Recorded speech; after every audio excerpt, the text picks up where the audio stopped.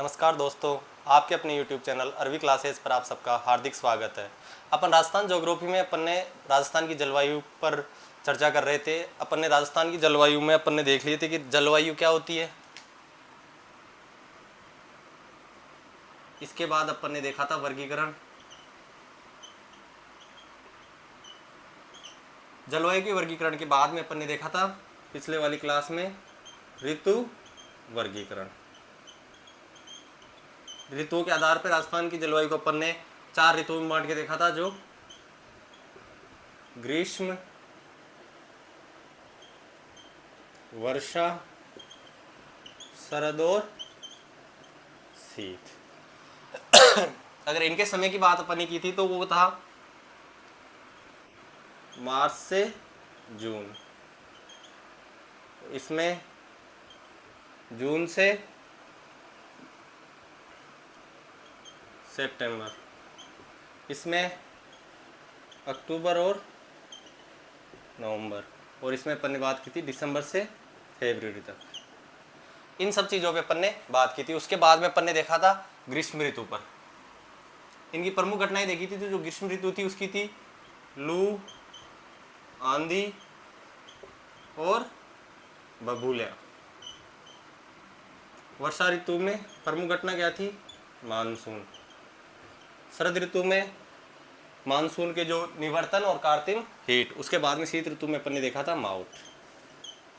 इसमें से अपन ने जो पिछली क्लास थी लू, आंधी और बबूलियाँ प्लस मानसून, इन पर विस्तार से चर्चा की थी। लू का अपन ने पढ़ा था कि जो पवन या हवा का जो क्षैतिज संचरण होता है, अभिवहनीय संचरण होता है, उसको अपन क्या बोल देते हैं? लू। ये सर्वाधिक कहाँ पे? बाड़मेर में। और ये तापमान को कम करती है या ज़्यादा तो ये तापमान को बढ़ाती है। उसके बाद में आंधी। आंधी का अपन ने पढ़ा था कि जो पवन है, हवा है, उसका क्या होता है? ऊर्ध्वाधर या सहवनीय संचरण। ये तापमान को क्या करती है? कम। सर्वाधिक आंधियाँ कहाँ पे? श्रीगंगानगर में। कितने दिन? 27 दिन। और न्यूनतम झालावाड़ और अजमेर में कितने दिन? 3 दिन। उसके बाद में अपन ने देखा था बबूलिया। बबूलिया क्या था? तो ऐसा क्षेत्र जिसमें सेंटर में क्या हो? हाई तो क्या हो? टेम्परेचर। और लो क्या हो? Air pressure. और इसके जो बाहर है उसमें क्या हो? लो टेम्परेचर और हाई क्या हो? Air pressure. तो ऐसी सिचुएशन से जो चक्रवात उत्पन्न होता है, बवंडर उत्पन्न होता है, उसी को अपन क्या नाम देते हैं? बबूलिया। और इससे प्रभावित जो क्षेत्र था वो कौन सा था? अपने बीकानेर। उसके बाद में अपन मानसून। मानसून में अपन ने देखा था कि भारतीय मानसून जो मानसूनी होता क्या है? तो मानसून अरबी भाषा की मौसम शब्द से बना है, जिसका शाब्दिक अर्थ है मौसमी पवनों की दिशा में परिवर्तन होना। वो जल से किस ओर बहने लगती है? स्थल की ओर। फिर अपन ने बात किया था भारत का जो मानसून है उसको किस नाम से जाना गया है? दक्षिणी पश्चिमी मानसून। अरब सागर से आने वाली मानसून की शाखा को अरब सागर, और बंगाली खाड़ी से आने वाला उसको क्या बोलते हैं? बंगाल की खाड़ी। फिर अपन ने इनका क्या किया था? डिवाइडेशन। उसमें क्या था कि जो पश्चिमी घाट पे बरसात करती है उसको तो बोल देते हैं पश्चिमी घाट। अरब सागर की कौन सी शाखा?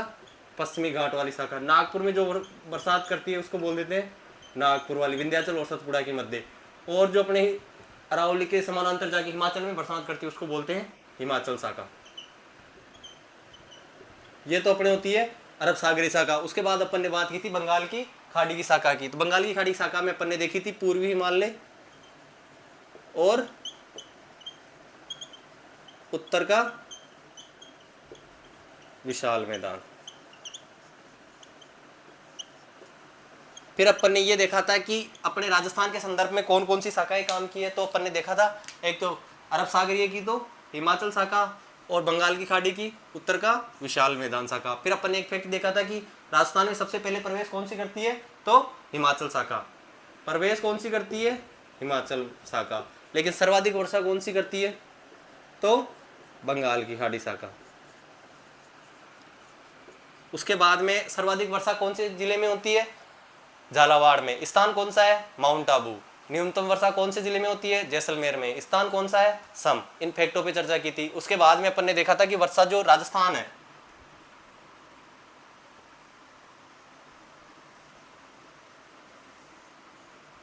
ये अपना राजस्थान है। राजस्थान के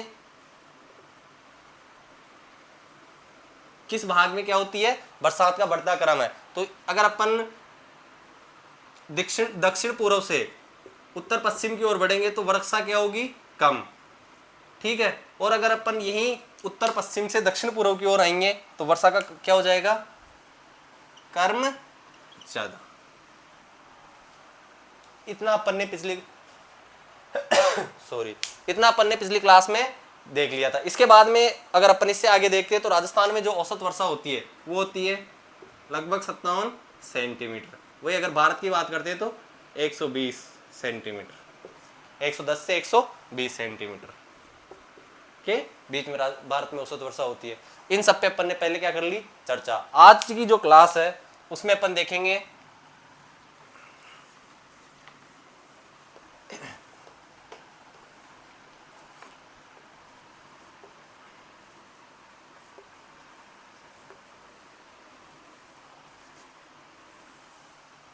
देखो आज की जो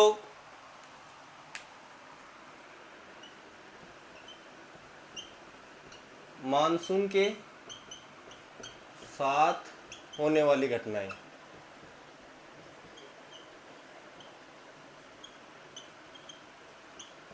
देखो मानसून के साथ कौन कौन सी घटना होती है। जैसे मानसून है, यहां से आया और आके पश्चिमी घाट पर्वत पे टकराया और यहाँ पे क्या करता है, बहुत तेज बारिश करता है ना। तो उस बारिश को बोलते हैं मानसून का प्रस्फोट। तो मानसून जैसे एंटर होता है किसी के अवरोध से, जैसे मानसून क्या अवरोध होता है तो वो क्या करता है, बहुत तेज बरसात करता है। उसी बहुत तेज बरसात को क्या बोलते हैं, मानसून का प्रस्फोट। तो मानसून के आगमन की जो पहली घटना होती है वो है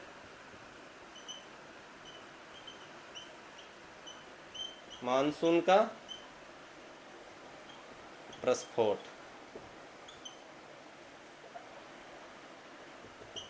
ठीक है, अर्थात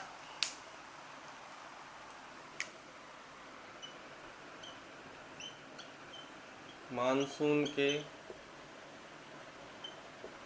प्रवेश करने के तुरंत बाद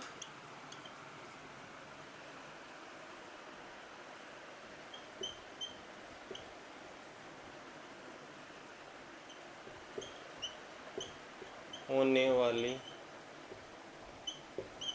तेज बारिश, इसको अपन क्या दे देंगे, मानसून का प्रस्फोट। अर्थात जैसे मानसून एंटर होगा और एंटर होते ही क्या हो जाएगा, बारिश होगी तेज, उसको क्या बोलते हैं, मानसून का प्रस्फोट। उसके बाद में बारिश क्या है, 5-7 दिन के लिए रुक जाती है। उस जो जिस समय के लिए बारिश रुकती है उस समय को बोलते हैं मानसून का विच्छेद।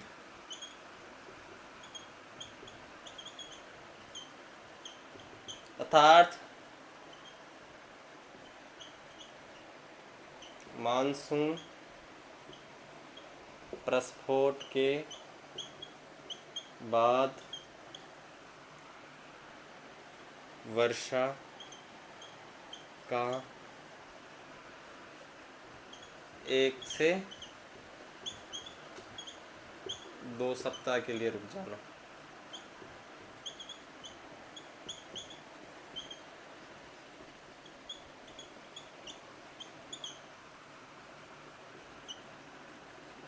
ये क्या कहलाता है, मानसून विच्छेद। उसके बाद में जब वापिस मानसून बरसात होने के बाद वापिस निम्न वायुदाब की पेटी नीचे की ओर शिफ्ट होती है तो मानसून वापिस, जो मानसूनी पवने उनकी दिशा क्या होती है, वापिस चेंज हो जाती है। तो मानसून क्या होता है, वापिस लौटता है। तो उसको बोलते हैं मानसून का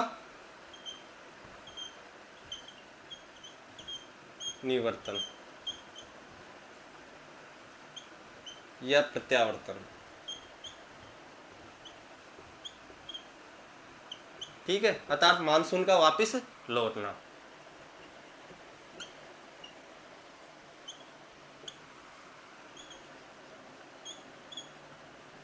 लौटना क्या कहलाता है, मानसून विवर्तन या मानसून प्रत्यावर्तन। लास्ट और अंतिम जो मानसून के साथ घटने वाली घटना है वो है कार्तीम हीट।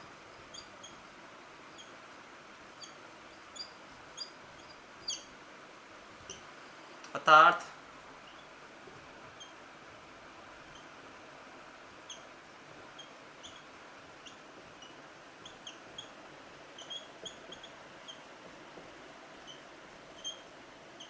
मानसून निवर्तन के दौरान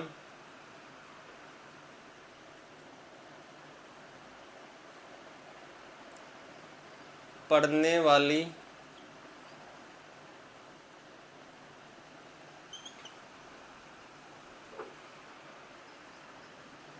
तेज गर्मी या को क्या बोलते हैं? मानसून निवर्तन के दौरान पड़ने वाली तेज गर्मी उसको क्या बोलते हैं? कार्तिक हीट। जब मानसून वापस लौटता है, ये सितंबर अक्टूबर में है ना, सितंबर से अक्टूबर के मध्य जब मानसून वापस लौटता है तो जो गर्मी पड़ती है ना, उमस होती है, उसी को अपन किसका नाम देते हैं? कार्तिक हीट का। मानसून जैसे एंटर होगा तो तेज क्या करेगा? बारिश, उसको बोल देंगे मानसून प्रस्फोट। उसके बाद में मानसून क्या होगा? एक सप्ताह या 1 से 2 सप्ताह के लिए बारिश रुक जाएगी, उसको बोल देंगे मानसून का विच्छेद। और जैसे बारिश वापस आएगी तो वापस जैसे मानसून, पूरा मानसून का जो सीजन है, वर्षा ऋतु खत्म होने के बाद मानसून क्या होता है? वापस समुद्र की ओर लौटते हैं, तो उसको क्या बोलते हैं? मानसून का निवर्तन या प्रत्यावर्तन। और उसके बाद में जब लौटते समय जो तेज गर्मी होती है उसको बोलते हैं कार्तिक हीट। एक बार आप इसका स्क्रीनशॉट ले लो।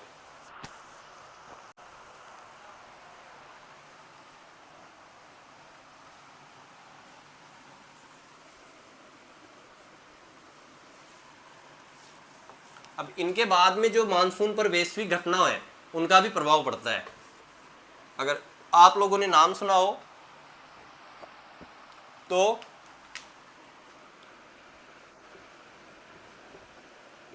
अल नीनो और ला नीनो। अल नीनो और ला नीनो विशेषता ये क्या है? गर्म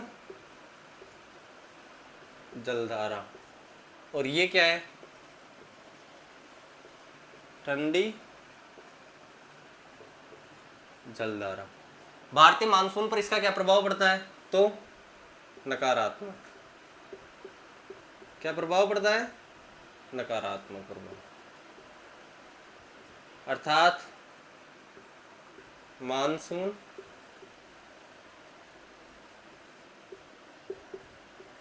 देरी से आएगा, मानसून का देरी से आना तथा जल्दी वापस लौट जाना।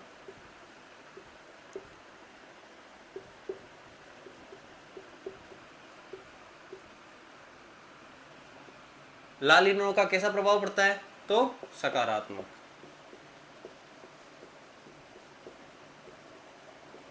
जैसे मानसून का समय से पहले आना तथा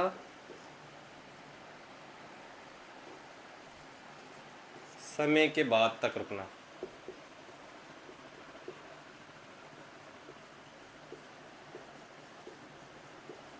अर्थात पहले आना और देर तक रुकना, ये किसके प्रभाव होता है? ला नीनो का। अब ये जो दोनों है, गर्म जलधारा है तो इसको बोलते हैं महासागर का बुखार।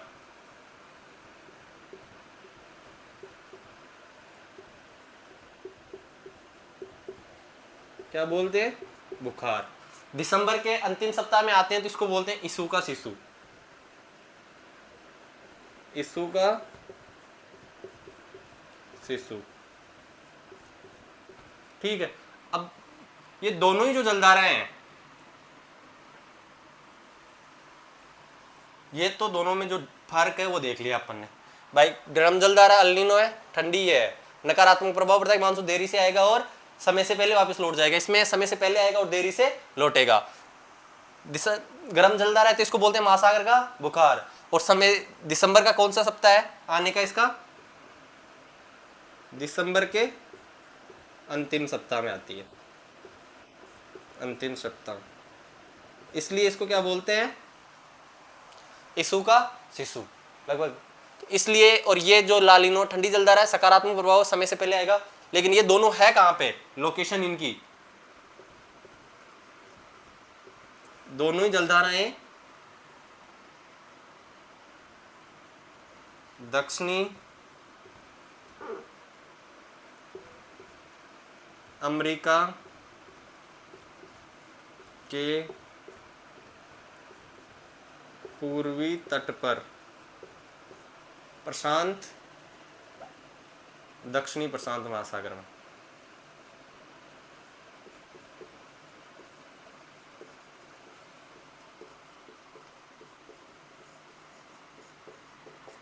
समझ में आ गया? अल नीनो और ला नीनो दोनों कहां पर है? दक्षिणी अमेरिका के पूर्वी तट पर दक्षिणी प्रशांत महासागर में। उसके बाद में अल नीनो कैसी है? गर्म। ला नीनो कैसी है? ठंडी। अल नीनो का नकारात्मक, ला नीनो का सकारात्मक। नकारात्मक है, मानसून देरी से आएगा और समय से पहले लौट जाएगा। समय से पहले आएगा, देरी से लौटेगा। गर्म है तो महासागर का बुखार, और इसको दिसंबर के अंतिम सप्ताह में आती तो यीशु का शिशु भी बोलते हैं। एक बार इसका आप स्क्रीनशॉट ले लो।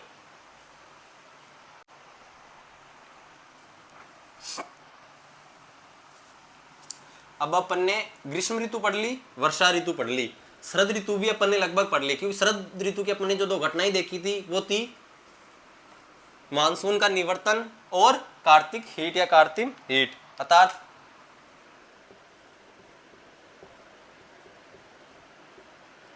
शरद ऋतु में जो दो घटनाएं घटती है वो है मानसून का निवर्तन या प्रत्यावर्तन, और दूसरी जो घटना है वो है कार्तिक हीट या कार्तिक हीट। और ये दोनों किस काल की है? शरद ऋतु की, अक्टूबर सितंबर और अक्टूबर की।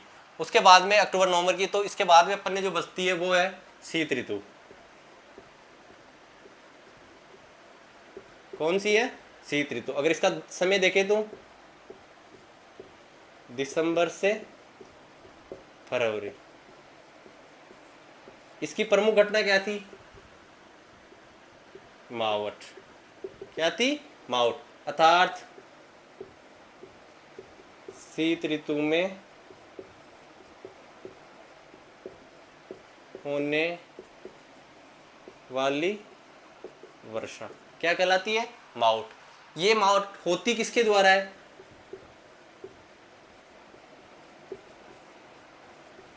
किसके कारण होती है? तो ये है जो जेट स्ट्रीम चलती है वो, या फिर पश्चिमी विक्षोभ।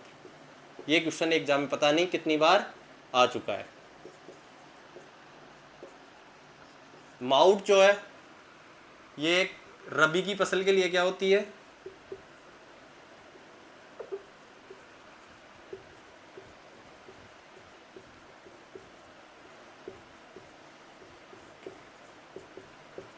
लाभदायक। इसलिए इसको क्या बोल देते हैं? Golden drops. गोल्डन ड्रॉप्स अर्थात सोने की बूंदें। क्योंकि रबी की फसल में बरसात होती है तो ये बहुत लाभदायक होती है, विशेषतः खाद्यान्न के लिए, गेहूं और चावल के लिए। इससे अगर राजस्थान का प्रभावित सेक्टर देखते हैं अपन,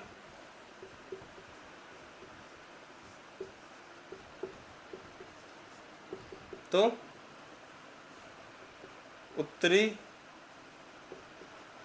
पश्चिमी राजस्थान, चूरू, गंगानगर, हनुमानगढ़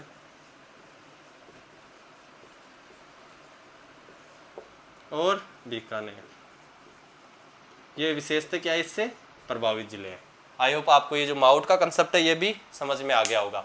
इसके अलावा कल मैंने एक कमेंट देखा था, वो कमेंट था कि जो जलवायु क्षेत्र है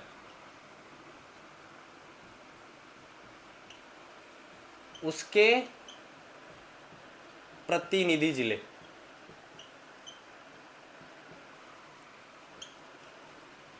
याद करें या नहीं। तो देखो ये जो क्वेश्चन कमेंट किया है, वैसे अच्छी बात है, अगर आपसे याद होता है तो याद कर लो, लेकिन मेरा सजेशन ये है कि मैंने 2022, 2023 और 24 इसमें जितने भी पेपर हुए हैं उन सारे पेपर में क्वेश्चन देखे हैं, उसमें मैंने कहीं नहीं देखा कि ऐसे प्रतिनिधि वाले या ऐसे कोई क्वेश्चन। ज्योग्राफी के जितने भी क्वेश्चन आते हैं सारे आते हैं मैप पे आधारित, और जितने क्वेश्चन बन सकते हैं उतने क्वेश्चन उसी हिसाब से तुम्हें पढ़ा रहा हूँ। वैसे पढ़ाई कभी पूरी नहीं होती, लेकिन मेरे हिसाब से फैक्ट उतने ही याद करनी चाहिए या वैसे ही याद करनी चाहिए जो अपने काम के हो। इसलिए मैं इस चीज़ को स्किप करने का सजेशन दूंगा, क्योंकि प्रतिनिधि जिले वैसे भी अगर आपके पास ऑप्शन होंगे और आपको मैप पे अच्छी पकड़ होगी तो आप देख के ऑप्शन से ऑटोमेटिक लगा दोगे, क्योंकि पूर्णतः जो उस सेक्टर का सबसे बड़ा जिला होगा वो उसका क्या होगा, प्रतिनिधि जिला होगा। और वैसे मैंने पिछले रिसेंटली जितने भी पेपर देखे उनमें इस टाइप का कोई क्वेश्चन देखा नहीं है, इसलिए मेरा तो यही सजेशन है कि इस चीज़ को स्किप कर दो। इसके अलावा आप सब पढ़ रहे हो, अच्छी बात है, पढ़ाई करते रहो। अब इससे आगे जो चीज़ें हैं जलवायु से संबंधित फैक्ट है, जैसे समताप रेखा है,